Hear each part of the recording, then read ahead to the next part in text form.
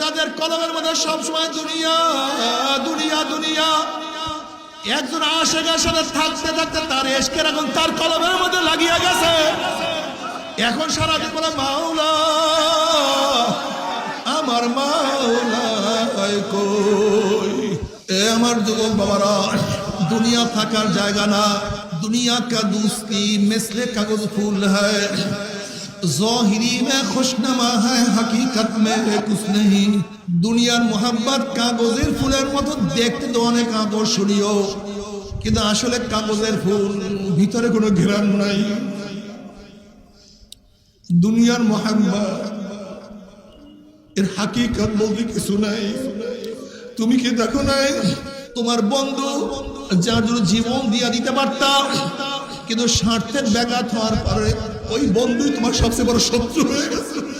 তুমি কি দেখো না বাপ মা সাথে অন্যায় করার পরে বাপ মা তোমাকে তেজ্য পুত্র করিয়া দিছে। তুমি কি দেখো না মালিকের সাথে অন্যায় করার পরে মালিক তোমাকে লাথি দিয়া তাড়াইয়া দিছে। তুমি কি দেখো না দলের কথা না মানার কারণে দল তোমাকে দল থেকে ত্যাগ করিয়া দিছে। কিন্তু আমার মাওলা আমার মাওলা আমার মাওলা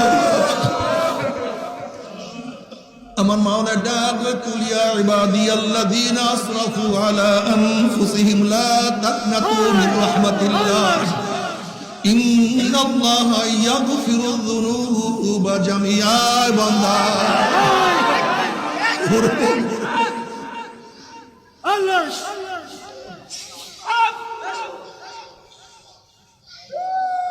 বান্দা আল্লাহ। হযরত হাসান বসরি রাহমাতুল্লাহ আলাইহি বয়ান করতেছিলেন, আলাম ইয়ানিল্লাযীনা আমানু আন তাখশা কুলুবুহুম লিযিকরিল্লাহ। এই আয়াতের বয়ান করতেছিলেন হাসান বসরি রাহমাতুল্লাহ আলাইহির মতো লোক যখন বয়ান করে তখন মাজলিসের অবস্থা কি হইতে পারে। মুমিনের কি সেই অবস্থা এখন আসে না? মাওলার জিকিরে তাদের কলবের মধ্যে কম্পন সৃষ্টি হওয়ার। আলাম ইয়ানিল্লাযীনা আমানু আন তাখশা কুলুবুহুম লিযিকরিল্লাহ। মুমিনের কি সেই সময় এখনো আসে নাই? মাওলার জিকিরে তাদের কলবের মধ্যে ভয় সৃষ্টি হওয়ার, কম্পন সৃষ্টি হওয়ার সময় কি এখনো আসে নাই? এই আয়াতের বয়ান করতেছিলেন, মাজলিসের মধ্যে হায়বা সৃষ্টি হয়ে গেছে। এক যুবক উদ্বা নামী এক যুবক লাভ দিয়ে উঠে বলে, হুজুর এমন কোন গুনাহ নাই যে গুনাহ আমি করি নাই, সব গুনাহ তো করছি, আমার উপায়টা কি হবে? এই অবস্থায় মারা গেলে মাওলা কি আমাকে মাফ করবে নাকি?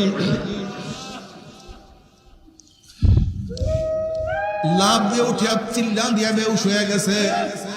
হাসান বসরি রাহমাতুল্লাহ আলাইহি বলছে, যুবক তোমার কাছে আজরাইল আসার আগে যুবক তুমি তওবা করো।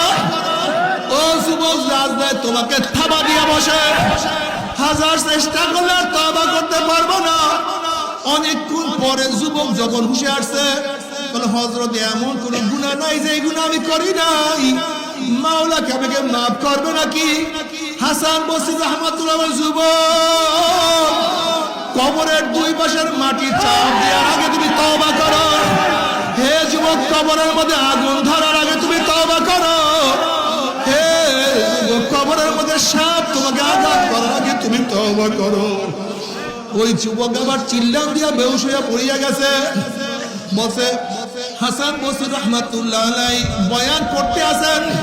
হুঁশে আসার পরে বলে, হযরত শায়েখ মাওলা কি আমাকে মাফ করবে নাকি? আমি তো গুনার পাহাড় করিয়া ফেলাইছি, আমি তো গুনার সাগর করিয়া ফেলাইছি, গুনার তো কোনো অভাব নাই, মাওলা কি আমাকে মাফ করবে নাকি? হাসান বসরি রাহমাতুল্লাহ আলাইহি বলেন, যুবক কিয়ামতের ময়দানে সূর্যের গরমে মাথা ফাটিয়া যাওয়ার আগে যুবক তুমি তওবা করো। যুবক চিল্লা দিয়া পড়িয়া গেছে। হাসান বসরি রাহমাতুল্লাহ আলাইহি বলেন, যুবক তওবা করো, এখনো সময় আছে, তওবা করো। তওবা না করিয়া মাওলার কবরে যাইও